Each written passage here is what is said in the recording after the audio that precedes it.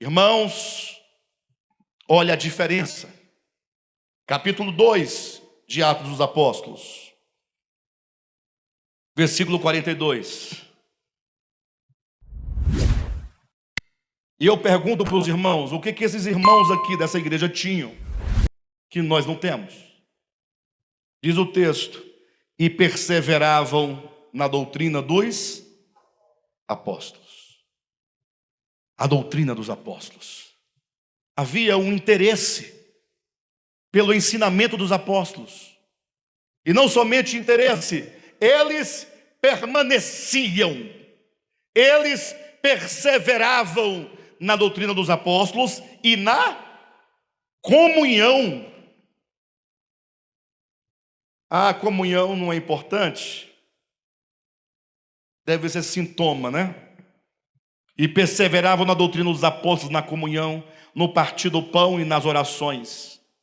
Em cada alma havia temor, e muitos prodígios e sinais eram feitos por intermédio dos apóstolos. Todos que creram estavam juntos e tinham tudo em comum. Vendiam suas propriedades e bens, distribuindo o produto entre todos à medida que alguém tinha necessidade. Diariamente perseveravam unânimes no templo. E aqui cabe uma pequena ressalva. Eles permaneciam unânimes no templo. Esse templo é o templo de Herodes, é o templo de Salomão, que fora restaurado, que fora reconstruído, depois restaurado. Mas entenda que esse no templo não tem nenhuma conotação religiosa. É porque era o lugar onde havia espaço público para se estar. Eles estavam constantemente no pórtico de Salomão, num grande alpendre. Então eles não iam para lá porque era o templo, eles iam para lá porque era um espaço. Claro isso para todos?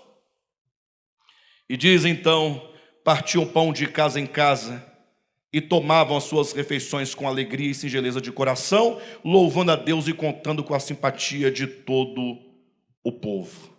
E aqui há pelo menos 3 coisas desse trecho que eu gostaria de ressaltar aos irmãos, porque esta porção não é aplicável a nós na sua totalidade. Explico. O que houve aqui, o que aconteceu aqui com esses irmãos, pode até ser que aconteça conosco por alguma necessidade situacional, uma ocasião específica. Mas o que esses irmãos fizeram foi que, porque eles entenderam que Jesus voltaria tão logo, mas tão logo, tão imediatamente, que eles abandonaram suas casas ou seus afazeres, deixaram tudo e falaram: vamos viver todo mundo só orando e só cantando e só se abraçando e só se aconselhando. Aqui todo mundo, amanhã na casa do irmão fulano, depois do irmão Beltrano, depois... Mas e como é que nós vamos comer? Vamos vendendo as propriedades. Foram vendendo, e trazia e distribuía, e todo mundo comia. Chegou uma hora que acabou. E Jesus não veio. Naquele tempo em que eles esperavam. Aí somou-se a isso uma grande fome em Jerusalém. Aí atrapalhou tudo.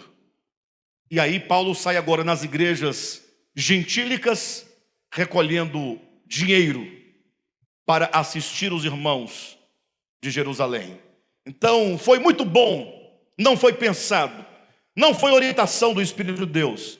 É bonito, mas não é aconselhável que você amanhã deixe seu emprego, todo mundo, e vamos viver na casa uns dos outros comendo até acabar tudo. Não é esse o conselho que nós recebemos, nem que nós entendemos que deve ser segundo os ensinamentos dos apóstolos nas epístolas. Mas aqui encontram-se mais, mas pelo menos 3 princípios que, sendo válidos lá, são válidos em todos os tempos. Primeiro princípio: esses irmãos tinham amor à palavra. Amavam a palavra, ouviam a palavra, acolhiam a palavra, permaneciam na palavra. É o que primeiramente o texto nos diz. Segundo, esses irmãos amavam uns aos outros. Esses irmãos amavam os irmãos. Esses irmãos amavam estar com os irmãos. Esses irmãos tinham prazer em se reunir com os irmãos, em estar presente com os irmãos, reunidos com os irmãos, na comunhão dos irmãos. Ou seja, a individualidade de cada um desses irmãos estava sendo dissolvida na coletividade de um corpo. O que certamente, a partir da modernidade para cá, houve uma inversão. O grande lema e fundamento da modernidade é a valorização e a busca incessante pela individualidade. Veio a pós-modernidade, tudo se tornou líquido, tudo foi dissolvido, tudo virou uma questão mercantil, tudo agora é utilidade, e cada indivíduo na sua própria prancha, lutando para não naufragar, mas não quer se unir ao outro. Mas esses irmãos amavam-se mutuamente e amavam estar reunidos uns com os outros. Esse é o segundo princípio. E o terceiro e último princípio é que havia nesses irmãos um sentimento profundo de generosidade. Generosidade. Que é o princípio que aponta para o fato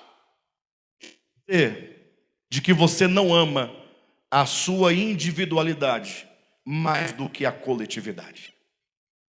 Irmãos generosos.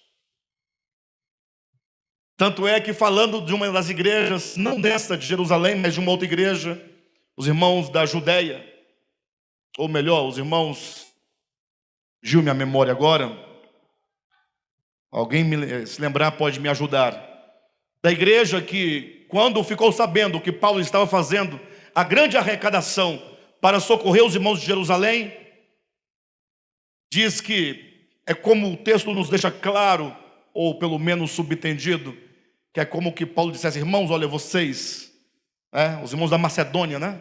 Salvo engano, olha, vocês vão ficar de fora dessa oferta, viu? Os irmãos, mas por quê? Olha, é porque é o seguinte, nós estamos arrecadando oferta para os irmãos pobres de Jerusalém, entenderam? Sim, mas o que tem? A gente não pode participar. É porque vocês são mais pobres do que eles. Já viu pobre ajudar pobre? É mais fácil perguntar se já viu rico ajudar pobre, né? O contrário é mais lógico. Mas aí Paulo, é como que Paulo dissesse: irmãos, então fiquem de fora.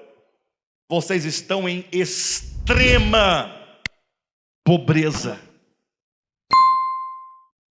É capaz a gente fazer uma oferta para vocês.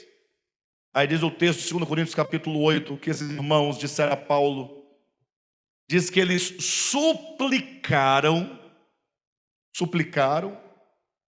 com profundos rogos, rogando a Paulo: não nos tire a graça de participar da assistência aos santos.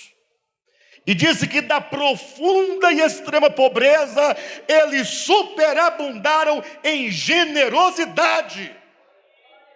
Isso é amar o outro, amar uma causa, é acreditar. Isso é generosidade. Porque o mais óbvio seria: Paulo, obrigado, ainda bem que você reconhece que nós temos que ficar de fora. A gente estava até já juntando aqui alguma coisa, mas ainda bem que Deus te iluminou, porque nós faríamos mais por obediência do que por amor. Porque não temos. Estamos aqui num sufoco. Mas não, eles não admitiram a possibilidade de serem privados de participar.